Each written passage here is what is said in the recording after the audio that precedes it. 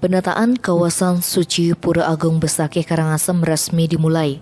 Ditandai dengan peletakan batu pertama Rabu 18 Agustus, penataan yang dianggarkan 900 miliar rupiah ini ditargetkan selesai pada 2022.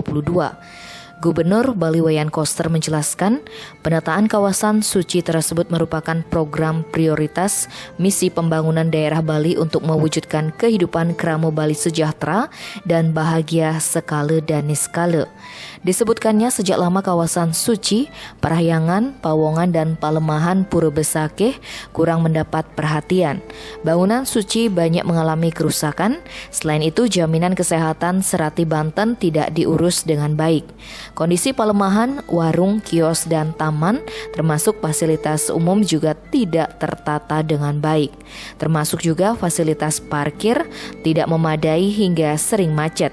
Untuk itu kawasan suci yang terdiri dari 117 unit pura dan sebagai pura terbesar di Bali dan di dunia ini ditata dengan anggaran 900 miliar rupiah yang bersumber dari APBN dan APBD. Penataan tersebut diharapkan selesai pada tahun 2022.